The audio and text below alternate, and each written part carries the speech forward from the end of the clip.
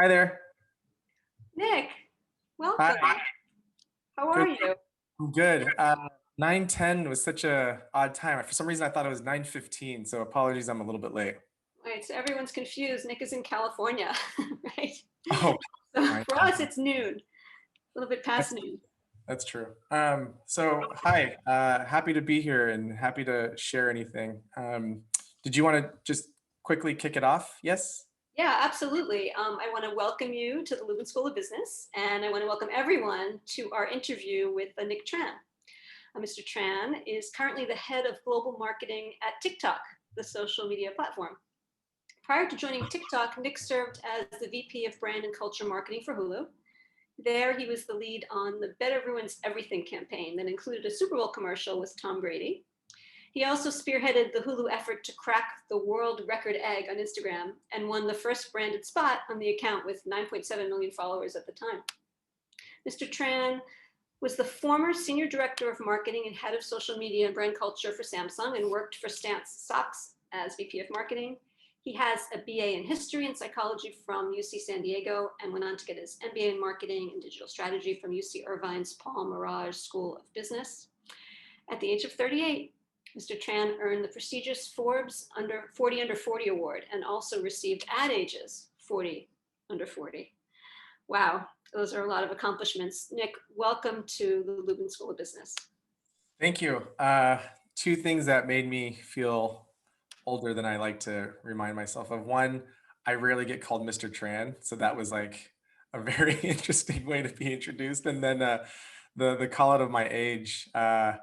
I just remember like a year ago, if or it felt like a year ago, I was in college, like in your guys' shoes. So great reminders all around. I think we all feel that way. And when you say you're 38, it seems quite young to me. So you're probably not that anymore. But anyway, I'd like you to start, if you could, by telling us about your career path and how you sort of moved between positions um, to get you to the point where you are today. Yeah, I started out in IT consulting, which is not the most exciting role, I would say, but it was the most natural thing when I graduated college for me to get into. And I started to work on this project that exposed me to marketing and branding and what it was like to be in the creative space. And I immediately recognized that that's what I wanted to do overall. So I asked some of the folks that I knew what would be the best way to get into marketing? And they said you could either work at an ad agency and kind of start your way from the ground up, or you can go back and get your MBA and then start at like a associate brand manager level for a company. So I ended up going the MBA route, went back to school full time, focused completely on marketing. I had zero experience in marketing prior to that.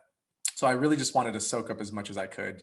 As an example of how like hardcore I was on trying to learn about marketing, there was a quarter that I had during my MBA program where I was taking 5 classes and auditing two in the same like quarter. And in the classes that I was auditing, I found this crazy hack where if you're assigned specific reading and you're an auditor, they don't actually call on you, and there's no like what's it called, participation score, because you're simply auditing it. So the professor had told me, because you're an auditor, I'm not going to call on you for anything, but here's the assigned reading. You can obviously follow along with the class and everything. And because I realized that they always discussed the reading as a class and I didn't have to participate, I actually figured out that I could go on Amazon, see what the recommended books were that accompany that book, and I would read the other books so that I would actually try to like double up my knowledge, so that I would read something different, hear all the information from those books, and then also take my other classes. So it felt like I was taking 9 classes that quarter, but it was purposeful because there were so many classes about marketing that I wanted to take that weren't going to be offered at other times. So I just tried to like go into that. When I graduated, I was asked to go to Taco Bell, which to me was like at the time a well-known brand that wasn't really that popular. In fact, when I joined, it was ranked the most hated fast food brand in America because at the time they were also sued for not using real beef, which is fake, like as in the sense that like they did use real beef, but because the perception of the brand was so negative, everyone assumed that that was true. So they stopped going, and then Taco Bell saw their biggest sales decline in like 5 years or something ridiculous. So I joined during this crisis, and the incredible thing was we got to rebuild the brand. And my boss's boss's boss at the time, it was like this, he was the CMO, and I was like an intern.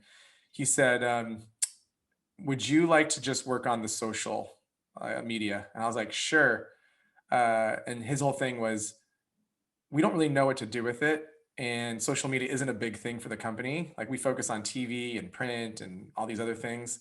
So I figured like it's not going to hurt if you just, run it and do whatever you want to do. He said, I only have like I only have two rules for you. One, make us cool and don't get us sued. And that's sort of been like the guiding mission of my career from that point on. Everywhere I go, I try to make the brand cool and not get them sued is essentially like my mantra. So that served me well. I did some really fun work at Taco Bell, which you could just Google later. I went to Stance Socks afterwards, and they had a similar crisis where their biggest customers ended up going bankrupt. So big box retailers like Sports Authority were no longer able to buy socks because they were bankrupt. So we had to change the whole business model to to consumer and then create our own retail channels. I then was asked to go to Samsung Electronics, which was like a wild story. I got a phone call from a guy, French man, and he didn't say who he was. And I normally don't pick up a phone call when I don't recognize the number, but for whatever reason, that day I just picked up the phone. It was a weekend. I was sitting and watching TV. And then this guy on the other line just says, "Hi, I asked six people in marketing if I had to hire one person, who would it be? And five out of the six said you. So who are you and what do you do?" And my whole response was like, "You called me. Who are you and what do you do?" And he's like, "Oh, apologies. My name is Mark. I'm the CMO of Samsung." And I was like, "Oh, okay."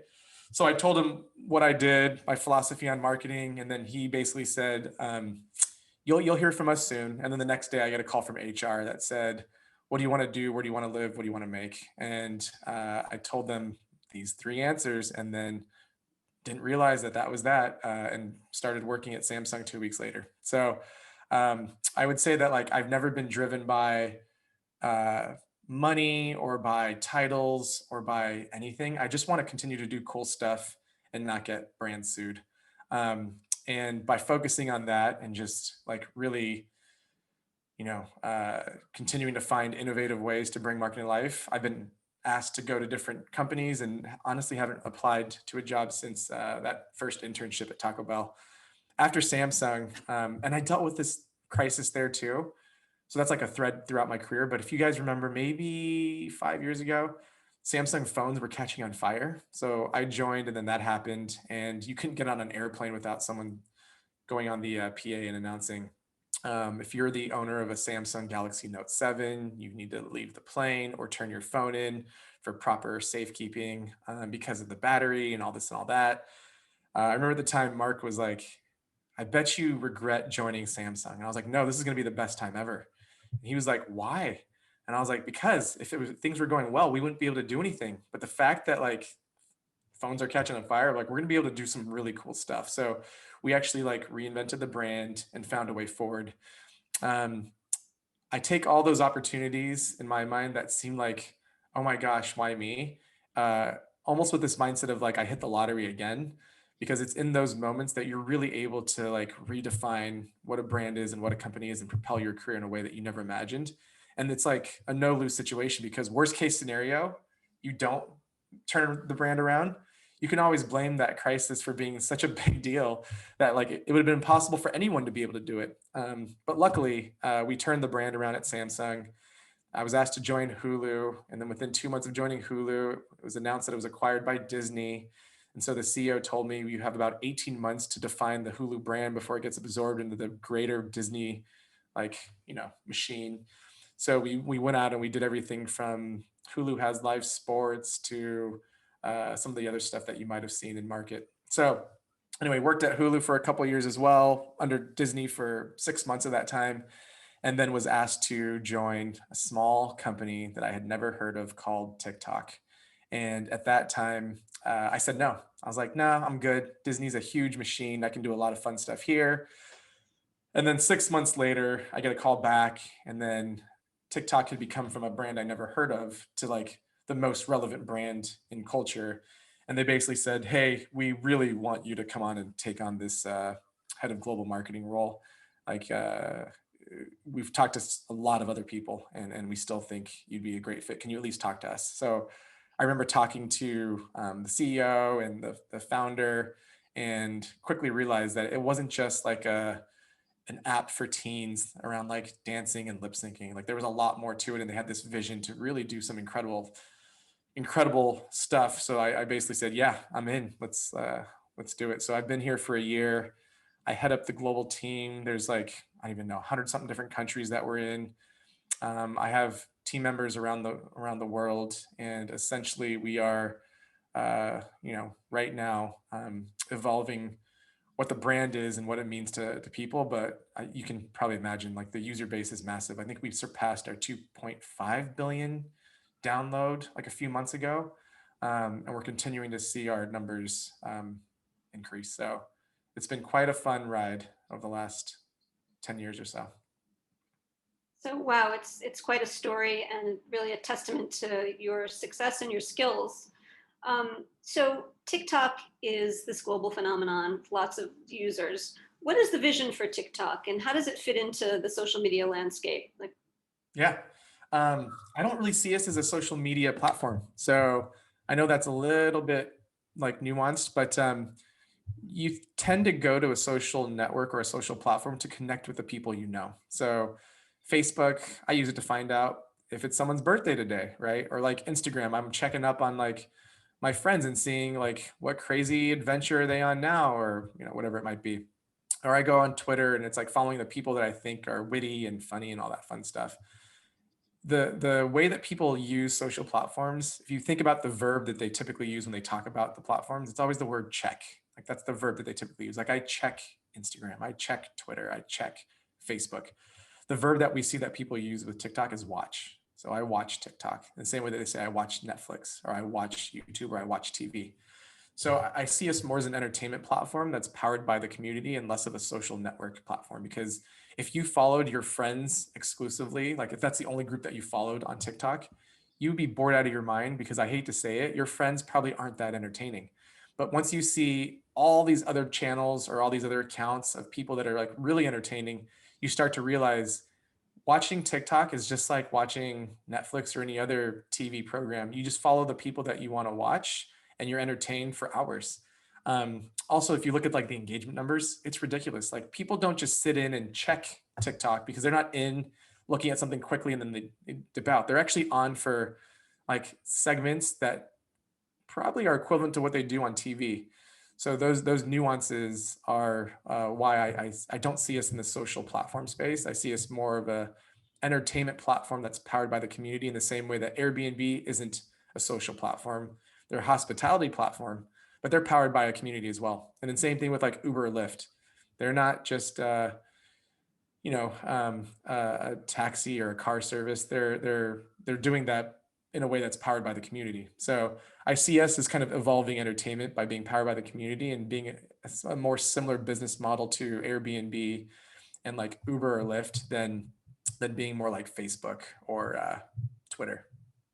so how do you see brands taking advantage of the TikTok platform under the circumstances? Yeah. So brands use advertising to get their message out to bigger audiences. I don't see a bigger audience now than TikTok. Like if you think about our scale, and I don't know if this is exactly the number, but it's roughly the case. Imagine if you could reach a Super Bowl size audience every single day. Like you can't really do that on other platforms, but you can do that on TikTok pretty much every day. And when you think about the engagement, most of you who are on TikTok probably won't notice that the fourth video you see in your For You page feed is actually a sponsored video, like from a brand. And it's because like our guidance to brands is don't make ads, just make TikToks. And the idea there is that the more engaging and fun it is, the more interesting that it is overall. The more likely people will engage with it and recognize that as just being like fun content that brings your brand to life without feeling like you're getting sold to. Other platforms don't have that, because like if you think about Instagram just as an example, Um, if I were to see a brand that I don't follow pop up in my feed, it's almost like a red flag to me that's like, I don't follow this account. I know this isn't something that I would want to see. Why is this showing up in my feed? And then I would just like scroll right past it, right? Because it seems foreign in the sense that like I didn't want to see that. But when you think about TikTok, like even the things that you follow aren't the only things that you see. Like your For You page is curated based on all the content that you like. So there are times where content from a brand might show up because it's just fun and engaging, or content from a celebrity might show up because they're fun and engaging. And because you have this like, serendipity of seeing different things at all times, if a brand that's actually advertising makes something cool, it's just content to you. It doesn't really matter either way. In the same way that like soap operas or brands used to make content on TV back in the day. Like it was just content. So I think that the brands that are doing well, like I don't know if you guys saw KFC recently, they did this whole campaign with for their chicken sandwich with Lily Hayes, who's like an older creator on the platform, and they made her like their colonel, and she's like now building up a whole cult following with Dylan Francis and other folks onto this whole chicken sandwich train. It's hysterical. And even though it's like very blatantly advertising, I think when brands just focus on doing things that the community is going to embrace, like they will continue to win. Absolutely. Thank you. That's interesting. So, we've had quite a tumultuous year. How has TikTok been managing all the issues that have come up? So certainly COVID and other political issues. Yeah, COVID, yeah, was interesting. So everyone assumes that we saw like huge spikes during COVID, and though there were some, I think it didn't change the trajectory significantly. I think people that would have been on the platform anyways just started to use it a little bit earlier.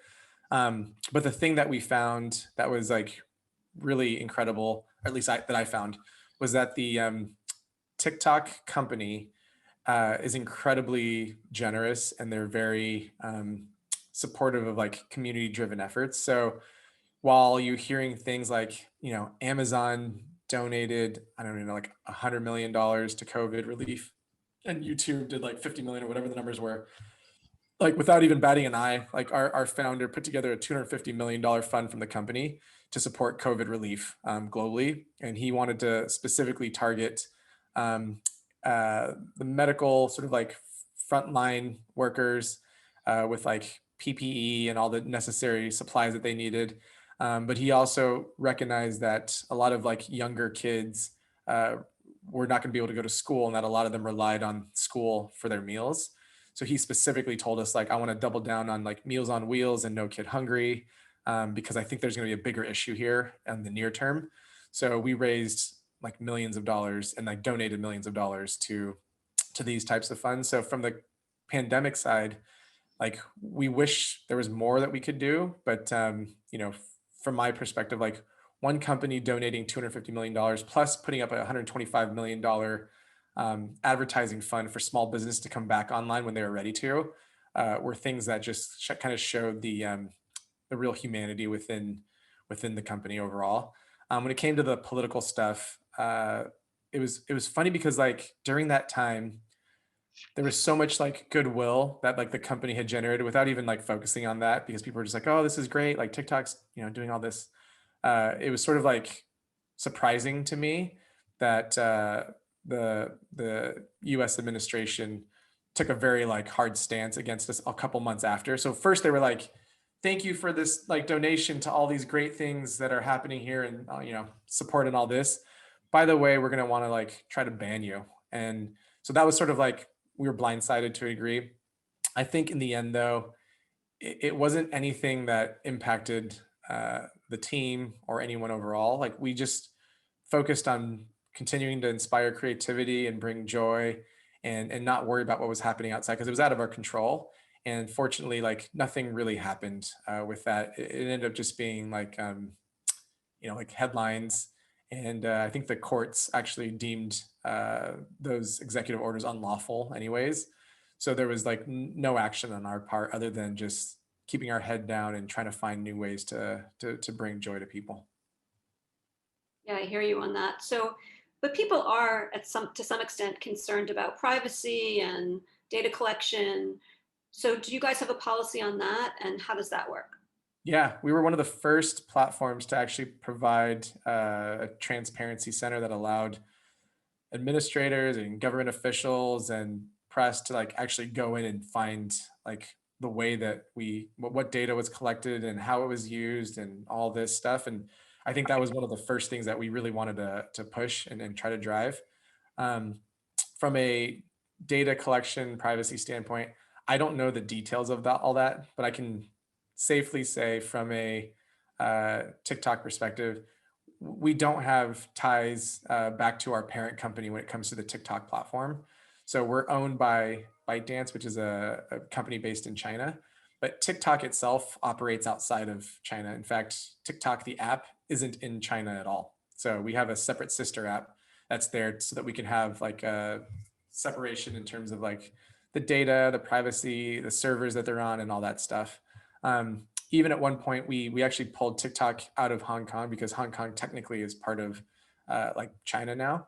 So based on that, we just stopped operating in that region to make sure that we were very clearly delineating our sister app from the TikTok app.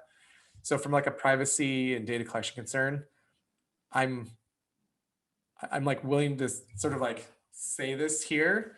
Uh, you'd be shocked at how little data we actually have compared to other apps that people use often. So whether it's like Facebook or Google or like other apps, like if you think about what data you provided to the TikTok app, it was I think maybe an email and like a username, which doesn't even have to be like your real name. So outside of that, there's no other data that it's really like collecting. All it's trying to figure out is what you're watching so that it could serve you more stuff that you'd want to watch. But essentially, all that stuff isn't tied back to you as an individual.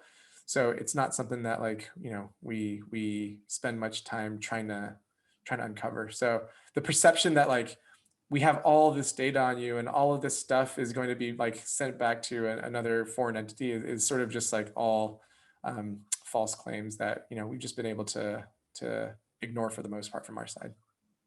So I'm very interested in the algorithm and how it works. I had heard that there's a strong AI component in trying to figure out what the next thing is that somebody wants to watch. Mhm.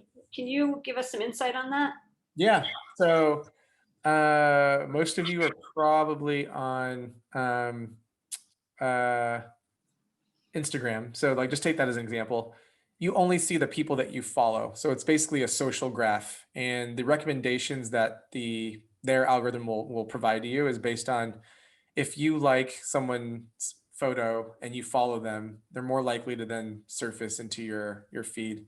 And then they'll start to go off of like degrees of connection. So like hypothetically, if like your friend also is friends with someone or likes or follows someone and likes it, like that'll more likely serve itself to you. That's all based on um, a social graph or a social network. Our algorithm is flipped. So it doesn't care who you follow as much as the content that it might think you like and the way that it works. And the reason why you'll have someone that might have like 100 followers potentially have a million video views off of a single post is because if the content is really compelling, it'll show up in like a few people's clusters. And then if those people then engage with it, it'll then say like, oh, this content is really interesting for this type of viewer.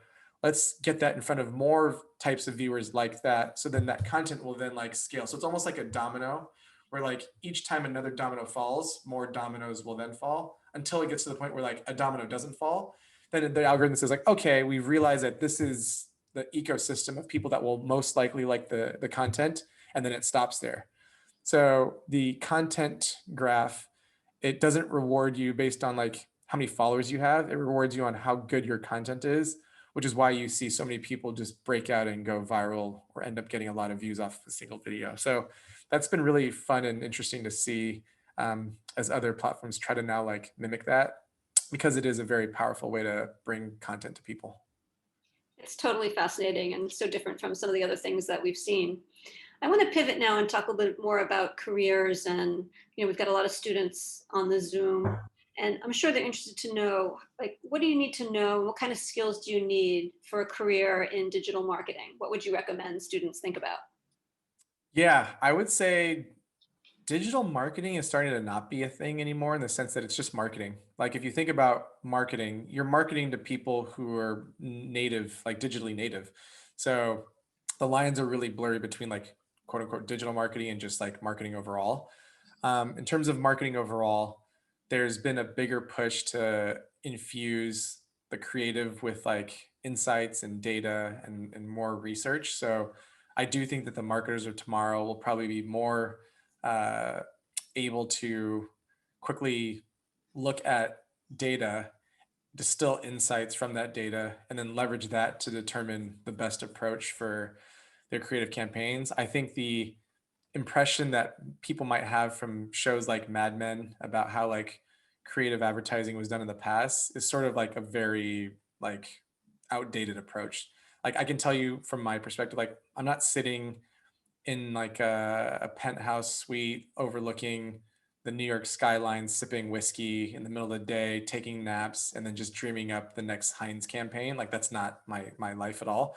There's a lot more data grounded into the approach that marketers are taking today. There's still going to be a mix of like strategy, insights, and creative like development. That's never going to be lost. There's always going to be an art and science component, and I think the marketers that are taking some of the top roles are really balanced at both the data and the science and the art of it all. And then underneath those leaders are people that are focused on those disciplines. So they're either like hardcore on the data side or hardcore on the creative side, and you can still thrive. But the future leaders of tomorrow are definitely more balanced. Interesting. So in a typical day, like what would a day look like for you? How would you spend it? I start my days at 6 a.m. In LA because my team's global. So I typically have an hour meeting with my global teams because 6 a.m. here is like 11 o'clock in Japan and in Korea, and then I think it's like 12 in Australia. So it's like midnight for them. And then you can think of like Latin America is probably like a few hours off from us, and then Europe is, like basically half a day off. So I essentially start at 6 so I can try to talk to the whole team at that time. After that, I normally have meetings with Europe in the mornings because for them it's like 8 or 9 hours difference. And then I spend like my afternoons with the Latin America and Americas teams. Um, and then I spend my evenings with Asia. So I'll spend time with like the Korea, Japan, Southeast Asia teams in the evenings. And then I just kind of start the whole thing all over again. So my days kind of revolve around spending time with the different heads of marketing and some of their key leaders, yeah, throughout the week. And what kind of things are you telling them? Like, how do you manage this diverse group? Uh, Make something cool and don't get us sued still is like words of advice that I give to most folks. Also, just refining the work that they want to push out in market, understanding the approach and the strategy, and they know cultural nuances better than I do. But I've developed a pretty good eye for what I think will work and the insights that are driving some of this stuff. So I just kind of encourage them to do that. At this stage in my career, though, it's less about like physically doing the work that I used to do and what I used to love to do. And it's more about inspiring the team to do the best work that they can do, from their perspective, and just finding opportunities to have them, be guided or coached in order to also see success for their team. So it's really more about that than digging into like, is that the right campaign or is this the right creative asset to push out there? Like I don't do that as much anymore. So you mentioned that it would be good to have a combination of data skills and softer creative marketing skills. Do you have any advice for how somebody could break into do what you do?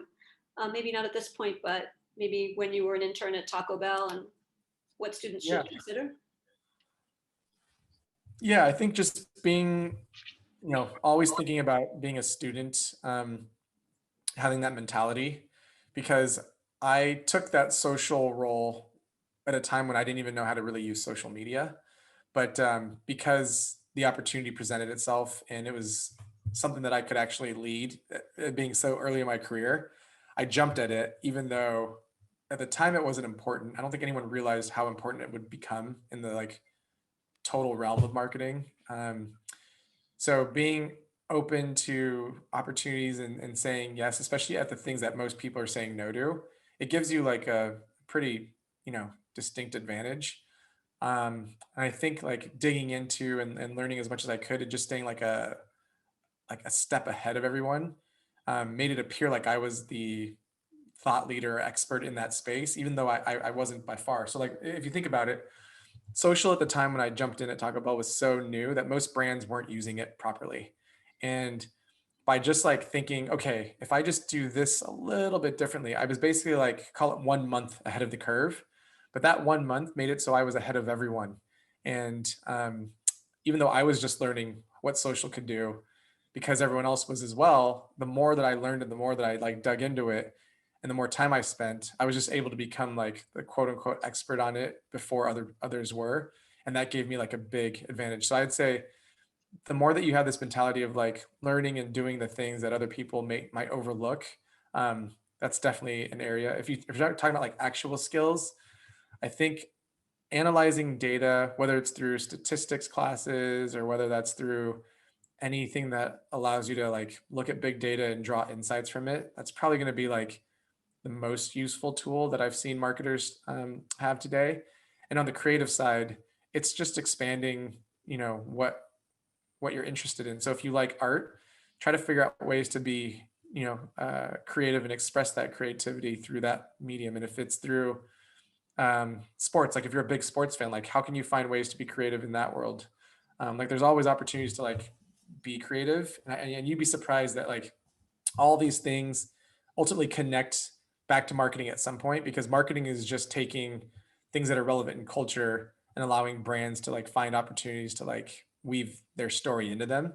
So as long as you're a student of culture and you know what's happening in like, the media at large, um, I think that'll also be like a good skill to have. Are you saying that it would be good to have some sort of social media presence of your own? Less that it's not a requirement by any means, although it doesn't hurt because it helps you understand the platforms. More so awareness of like pop culture, like marketers that know what's happening and like being like understand like the pulse of culture, they do better, right? Because like for example, if you're not aware of some new song that just dropped, then how are you going to be able to know like what music resonates with your audience and like what to use in your stuff? Or even like this trend in NFTs right now, which is like all the rage. If you're not familiar with what that is and why that matters, then you're not going to be able to like incorporate that into your marketing efforts. Um, or for example, even on the sports side, like just knowing a bunch of different things that are relevant to people will help you be a better marketer, because those are things that matter. People are passionate about sports, entertainment, music, fashion, you name it. Like all those things that people are passionate about are opportunities for your brand to show up in a way that helps them see why your brand is better than the next brand. Because ultimately, most brands create the same product, but the brands that win are the ones that create that emotional connection with their audience. And the way to create that emotional connection is to show up in the places that matter to your audience. So I think knowing culture is definitely a thing that would be incredibly helpful. Interesting. That's been true of advertising forever, that advertising people really do have a good sense of what's going on in the world and in the cultural landscape. So I'm Yeah. not surprised that that's the case today as well. So I want to give a chance to some of the students to ask some questions, and and I'm going to ask you guys, go ahead, raise your hands or put up the hand question thing, and I will call on you and ask you to please ask your question. The first person to raise their hand was Jennifer, so I'm going to ask Jennifer to go first, and then followed maybe by Sean, since I see you both have your hands up. So Jennifer, go ahead and unmute yourself and please ask Nick a question. Hi, Nick. My name is Jennifer. I have kind of a loaded question. Oh, okay. So basically, I really love what you said of making it cool and not getting sued, because that gives a lot of creative control on behalf of the creator or person in marketing. Recently, I don't know if you saw or other people saw, Burger King UK had a really big blunder with its Yeah. Women Belong in the Kitchen campaign on social media. Yeah. So TikTok is very Gen Z centered, and Gen Z is woke, and they're socially centered and they know what's going on with the world. So what channels of approval does marketing at TikTok go through to prevent these kind of faux pas that you're like, why didn't someone see that? Yeah, this is really a good question. Um, I know the CMO of Burger King, and I asked him specifically, how do you think this happened? And I will say that they've consistently put out provocative messaging, and it was almost like they've become enamored with the provocative approach, that pushing the limit further and further and further, it never struck them as going too far. So I think Mm, that's like what happened with them when it comes to TikTok. To your question on how we do that, I'm not trying to be provocative or push the line in regards to um, like being woke, as you said it. I think like one thing to recognize is that different people are on different parts of their quote unquote woke journey. And to make any assumption on what's inoffensive or offensive to different folks is like a really speculative game that like I don't have mhm. a real plan for us to take part in, because we aren't taking the like provocative, like look at this headline and attention grabbing approach.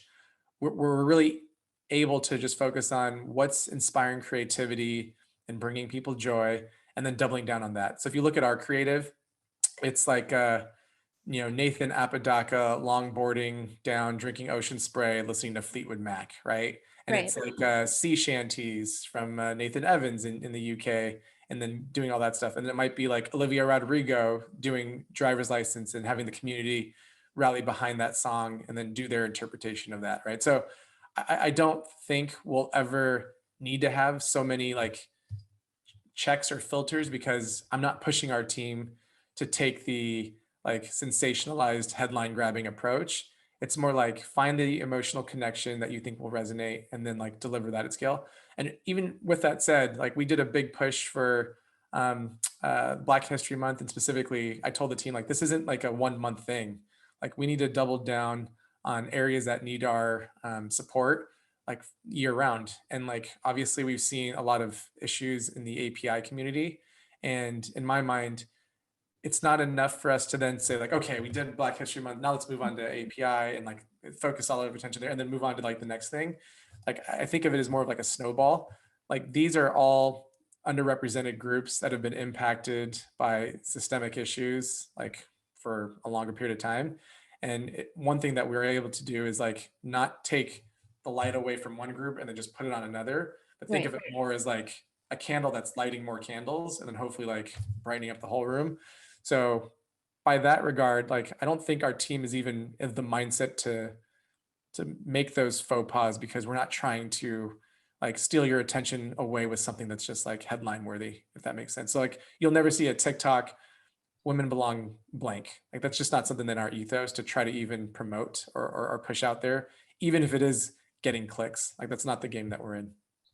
Got it. All right. Thank you. Yeah, of course. Thank you. And Sean, would you like to ask a question? Please unmute. Hi, my name's Sean, and I'm majoring in marketing with a concentration in global marketing management.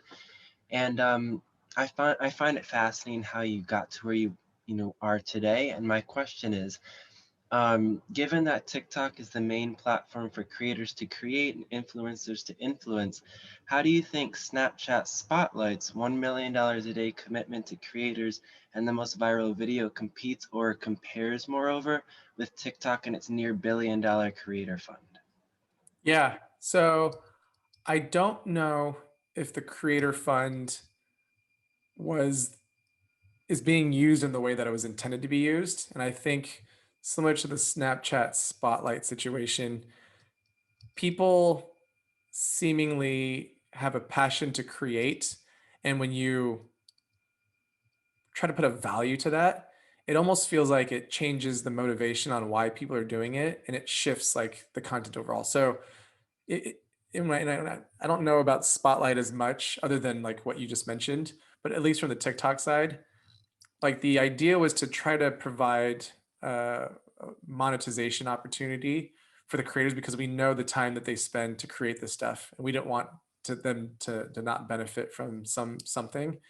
And even though we put up, I think it was actually a $2 billion fund over the next couple of years, um, it, it kind of changed the reason and the motivation on why people were creating, which I think is a little bit of a bummer, because like now they're just trying to like drive video views, right? And again, like that's fine, but like we think that that was probably rolled out a little bit too hastily. And there's probably like future improvements that could be made to ensure that the real reason why people want to create content happens. So as an example to that, Addison Rae is like one of the most popular creators, and it's one thing for us to like, here's your check for the from the creator fund because your views hit a certain threshold.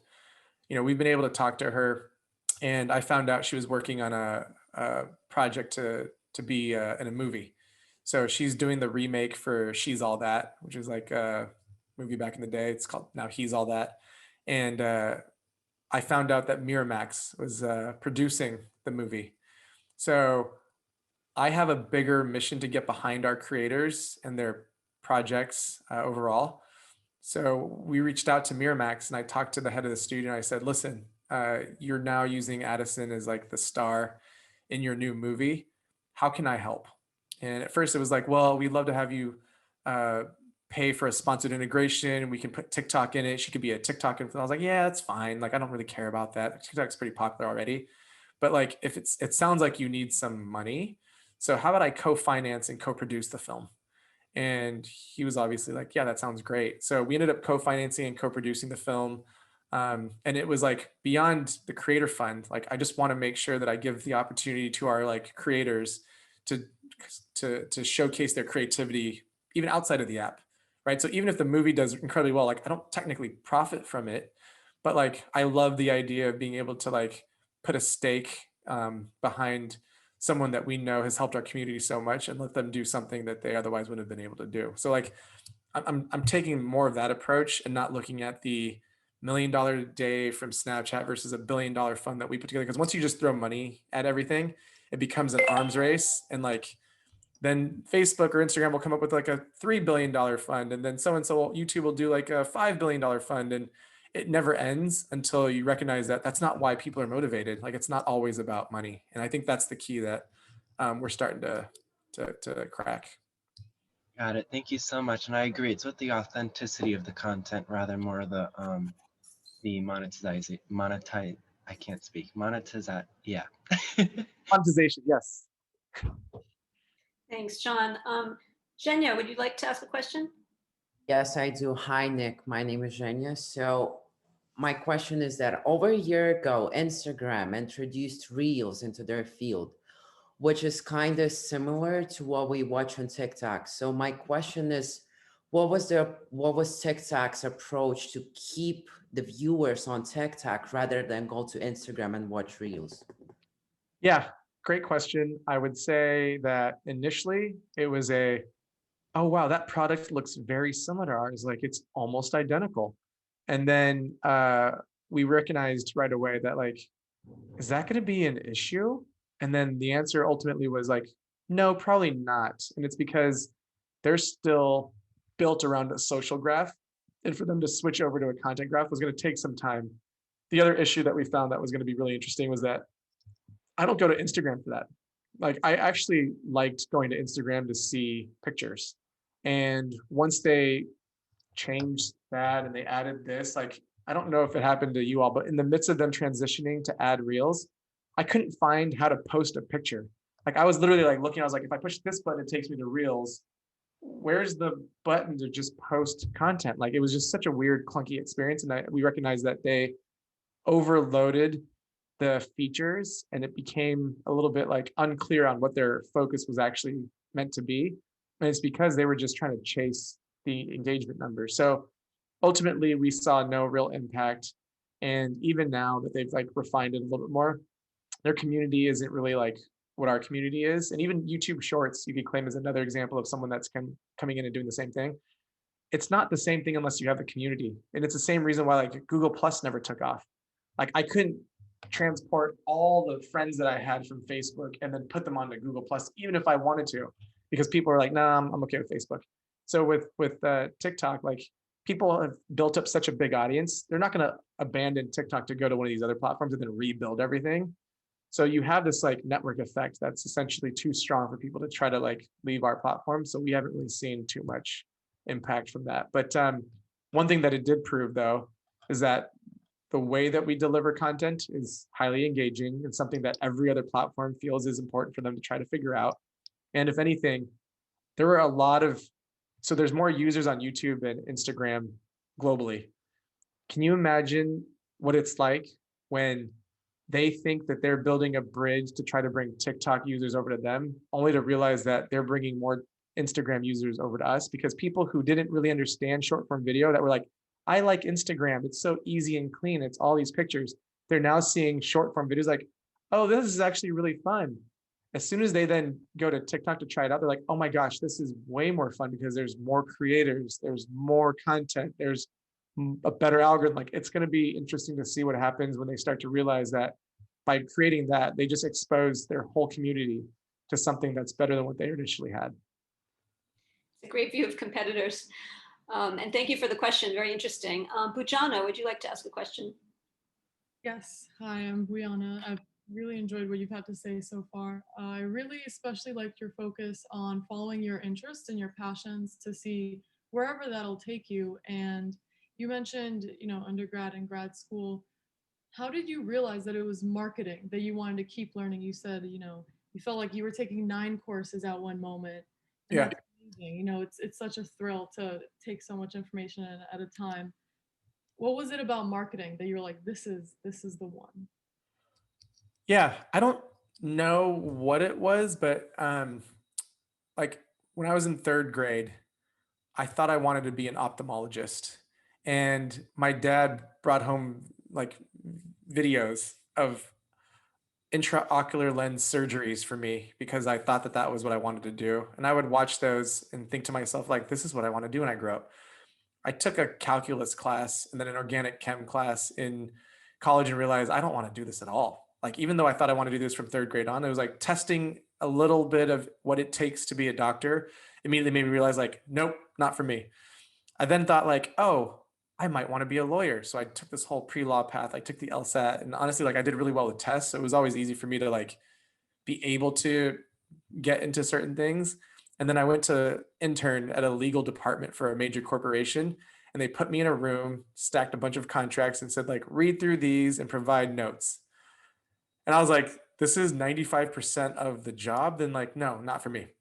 And then I got into consulting and I got exposed. So for me, it was trial and error, trying a lot of different things before I realized, oh my gosh, whatever the bug, the marketing bug was that like bit me, like, I'm fascinated by this. And when I think about it in hindsight, it's the only field that I obsess over. And I think it's tough if you want to be like a true leader in something.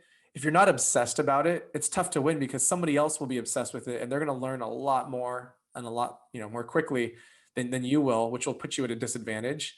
But because of like that immediate like obsession, I realized that like I wanted to learn more about Nike and their branding and Apple and their branding and all these companies and how they brand and what was the psychology behind it and how did that impact user behavior. And it became this like endless pursuit of trying to figure out how much can I impact someone's perception of something to make them think they hate something and to turning that into something that they love.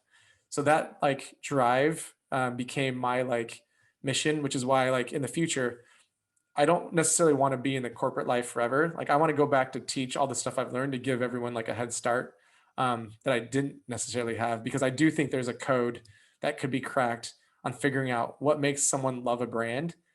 It's not anything like tangible. Like if I were to ask you like, are you an Apple fan or a Samsung phone fan?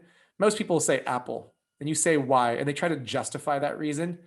All that is basically their mind trying to tell them and rationalize their decision. It's an emotional decision. You like Apple because you like Apple, and it's typically because of the branding and probably because this aura that like Steve Jobs created around the brand overall. Like that's the stuff that I want to be able to like break down and crack and then make it so any brand can have that impact to their audience in a way that's significant, because it's just fun for me to try to do. Thank you. Awesome. And Ani, nice to see you. Would you like to ask a question? Yes, Professor. Thank you. Hello, Nick. Thank you for sharing your journey with us. It was a pleasure hearing you out. My question is mainly pertaining to like developing countries like India. Like a year back, TikTok was a rage in India, but since the last 8 to 9 months, we have seen that TikTok has been banned in India. So, for a country like for a company like TikTok, which has been operating in more than 155 countries, how do you face such challenges, such political regulatory challenges in a market which you look like India, where everybody wants a piece of the pie? Let it be Amazon, Netflix, all the big MNCs, they want a big market share. So how do you face such challenges? Yeah, that was the toughest thing that happened last year because we couldn't do anything about it. So externally, it had nothing to do with like TikTok or the app. It was the geopolitical tension between those two countries, and it was a universal ban of all apps that had a parent company from China. Even though we tried to showcase that TikTok doesn't operate in China, our executives aren't based in China, our investors aren't in China. They didn't even like review the data. They basically just like banned, I think it was like 68 apps or something like that across the board.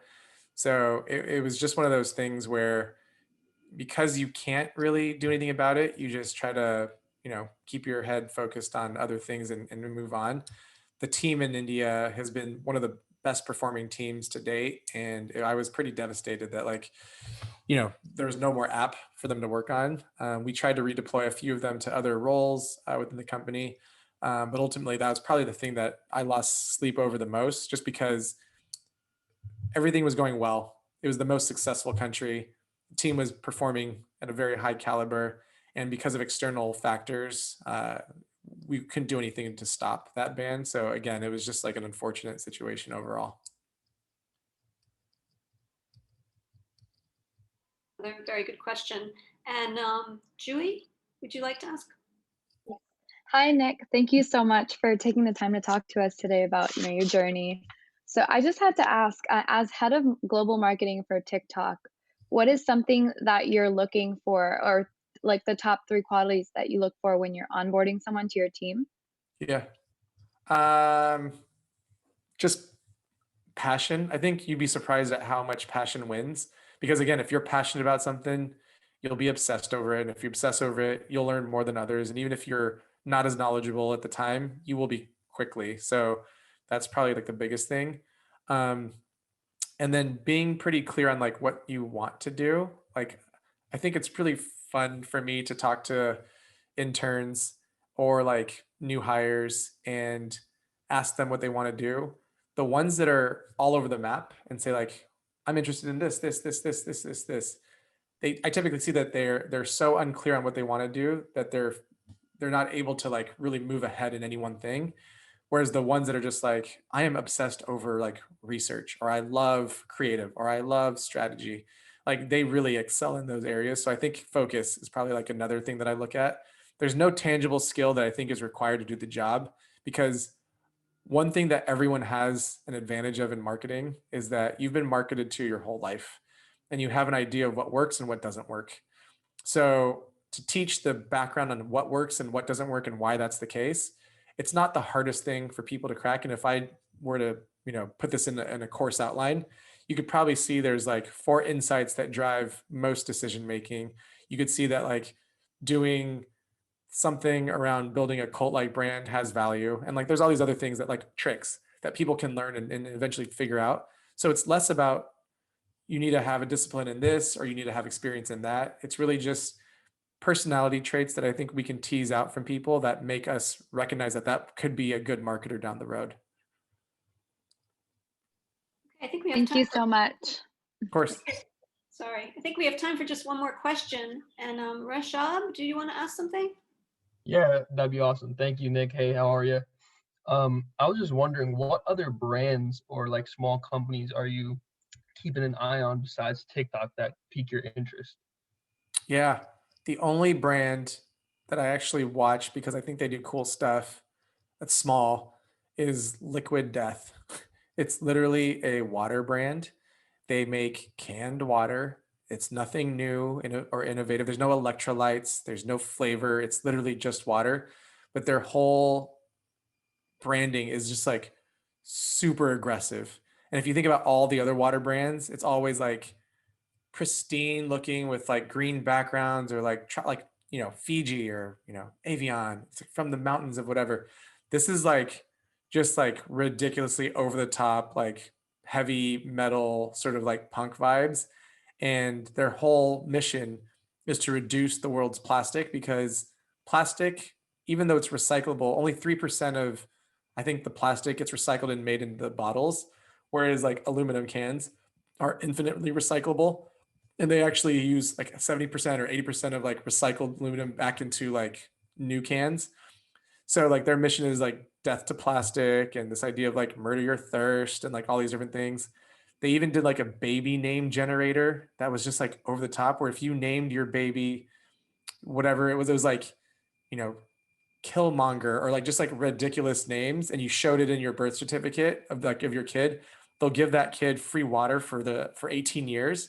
Like that's just ridiculous and like absolutely over the top, but it's like catchy and it's fun. And it's now the #1 brand for water in Whole Foods. And if you think about the demo in Whole Foods, like Whole Foods people aren't heavy metal enthusiasts, but like there's something about this water that separates itself from all the other waters that are on the shelf at Whole Foods, in a place where people are like, I need organic and I need this and all that. They're grabbing liquid death to drink and to like feed their families with, which tells you something about the brand overall. So like I think that they're crushing it. That's great. Interesting brand.